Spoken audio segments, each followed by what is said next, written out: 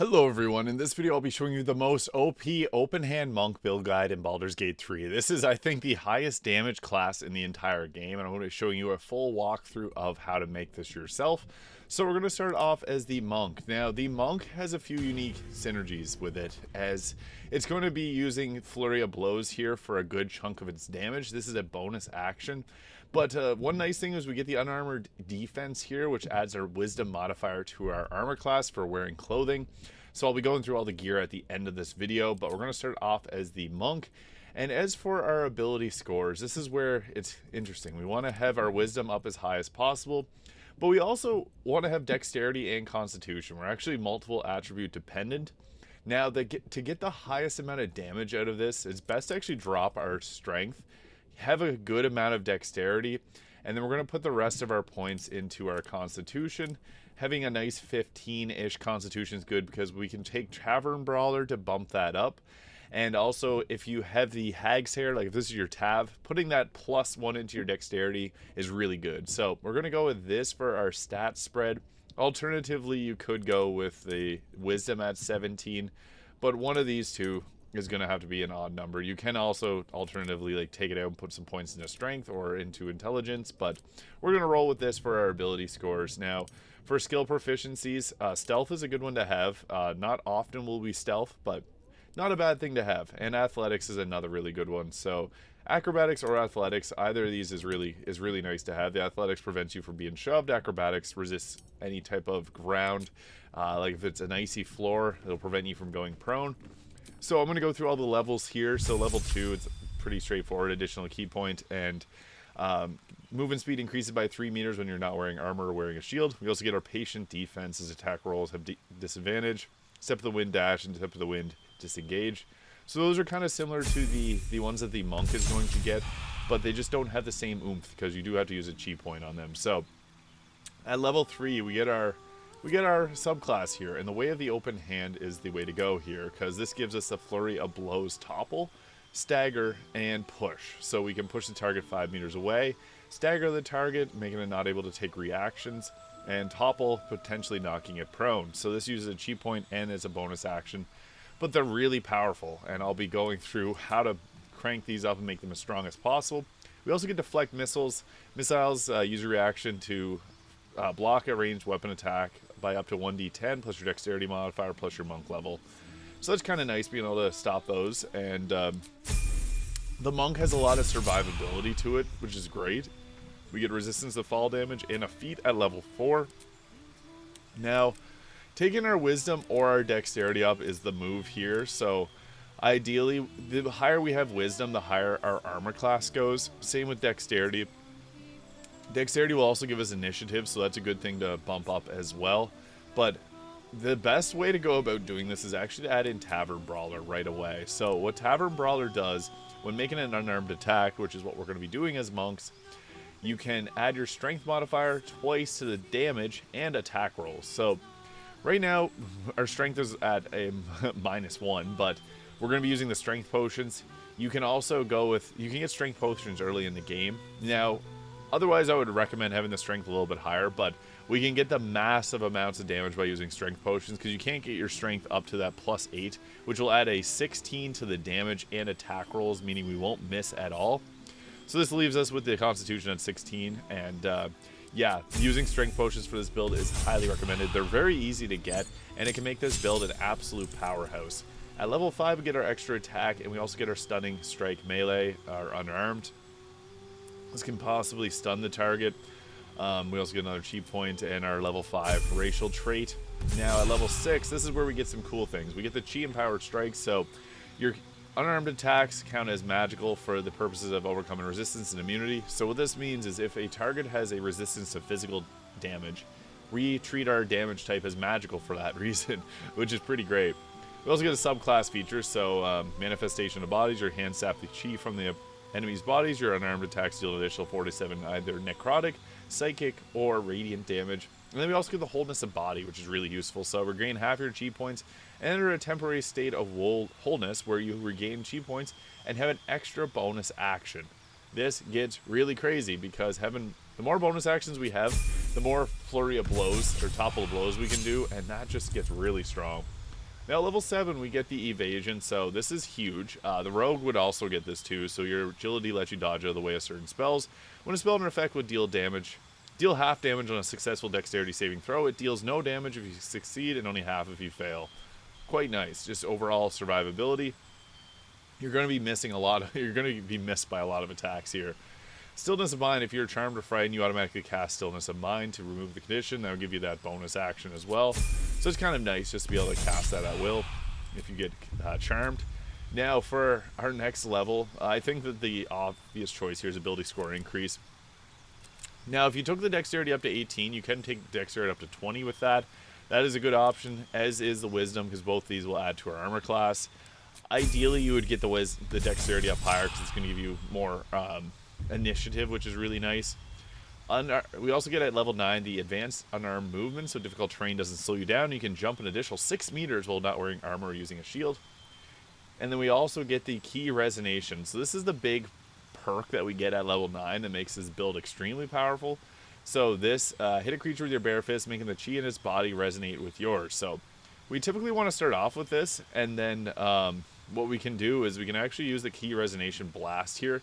See, this one takes an action, this one takes a bonus action, this one doesn't use an action or bonus action. It's actually just a free cast.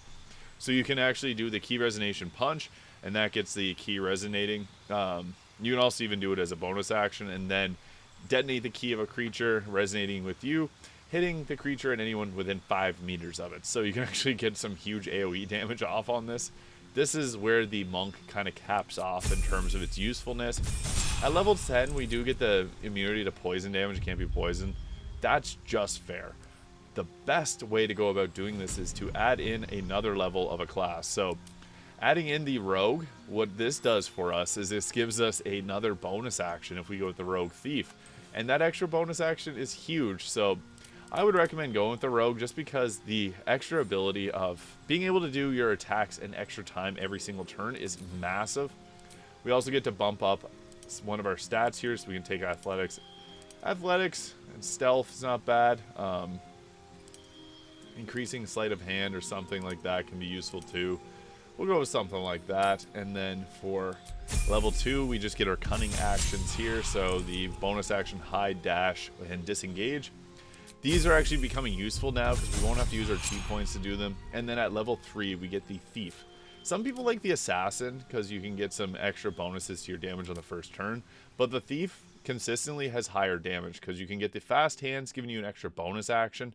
This is huge because we rely on our bonus actions quite heavily as a monk. So the way about doing our combat is typically we're going to want to go in and you want to start with like a...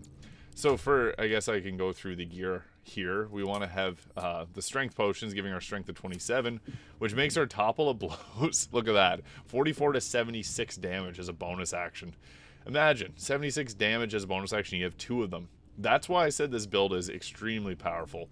So what we want to do, I guess I'll go over gear first. Scrabby Pugilist Circlet here. Your weapon and armed attacks deal an additional 2 damage when surrounded by 2 or more foes. This is pretty nice just for the additional damage that we can get when we're surrounded by targets, but there's some other options that we could go with. I think that's probably one of the best ones, but even the Haste Helm can give you the momentum at the start of the combat, which is really nice. Cloak of Protection for the +1 armor class. Same with the Ring of Protection. That gives us a 21 armor class, which is not perfect, but it's still pretty good. Since we're going to be dodging a lot of spells, that's really nice. We could even take it up to 22 if we put on the evasive shoes there to give us a +1 armor class. Now, we're going to be using the Vest of Soul Rejuvenation here, so whenever the wearer succeeds a saving throw against a spell, which I mentioned we're going to do often, we regain 1 to 4 health. And this is the big part, the Greater Kushigo counter. So when the wearer can use a reaction to make an unarmed strike against any attacker that misses. And this gives us a +2 to our armor class, so that's really nice too. The Gloves of Soul Catching is the best gloves in hand for this, so unarmed attacks deal an additional 1 to 10 force damage. That's huge. Once per turn on unarmed hit, you regain 10 health points. That's also huge. Alternatively, you may forego the healing and gain advantage on attack rolls and saving throws until the end of your next turn. That's pretty big. We also get the +2 to Constitution, so We have 135 Constitution. I am using the Constitution Amulet. But even if you go with something like the Amulet of Ball to inflict bleeding on targets that have maximum hit points, that can be a good option as well. There's some other... Really use whatever you got in terms of... if you don't have that many... like the Surgeon Subjugation Amulet you get in Act 2 pretty easily. That's nice on the critical hits. We're going to go with this for the extra health that we bring, because being able to heal on hit is really massive. Also, using the Killer Sweetheart is important because this gives you a critical hit on your next attack roll after killing a target, which is pretty big, because a critical hit with our nice high damage is extremely impactful. So typically what we'd want to be doing is starting with the key resonation punch. So hit a creature with your bare fist, make the key in its body resonate with yours, so you can do your big old punch there, and that'll make the key resonate in their body. Then you can use the key resonation blast. I would recommend probably doing a topple of blows a few times. So you can do your topple of blows or flurry of blows here, and there's a push version, a stagger, making it unable to take reactions, or the topple, which I think is the best one. Be able to knock a creature prone and then attack it again is great. So you can see there, she's resonating with chi. So what we can do is we can do our chi resonation blast there, and that'll hit in a large area. So you saw that area there. That's really nice because you can hit in a huge area. Now we just want to be spamming our flurry of blows as much as possible because this damage output is incredible. So what we can even do is, so you can attack that twice there. What we can even do is just do our normal unarmed strike, attack 3 times, and then do 2 flurry of blows. And then on top of it, if we have boldness of body, look at that, we get a 3rd bonus action. So that's where this build gets crazy. 3 attacks plus 3 flurry of blows. So 38, 38, 76, 76, 76. If you can pull that off, not likely you will, but that is insane damage output. And we can also hide and do Cunning Ash and Dash. So we make great uses of our bonus actions. So we can have for 3 turns, 3 bonus actions. This build is straight up broken. I think that this is by far the strongest build in Baldur's Gate 3. Let me know what you think in the comments below, because I think that the Monk is one of the most enjoyable classes to play as too, because the ability to be able to fly around the battlefield is awesome. The jump that you get in this is crazy. Like, look at this. You can literally, like, the distance you can jump is crazy. I guess that was fly, but I took that off my, usually I do I usually fly around with the Illithid powers, but yeah, your jump distance is incredibly far. So that's one of the nicest things about this build, is you can fly around the battlefield really easily.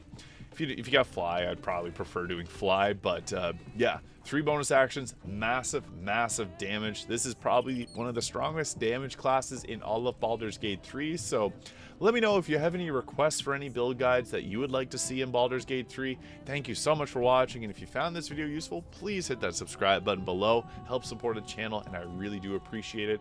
And I'll see you guys all in the next video.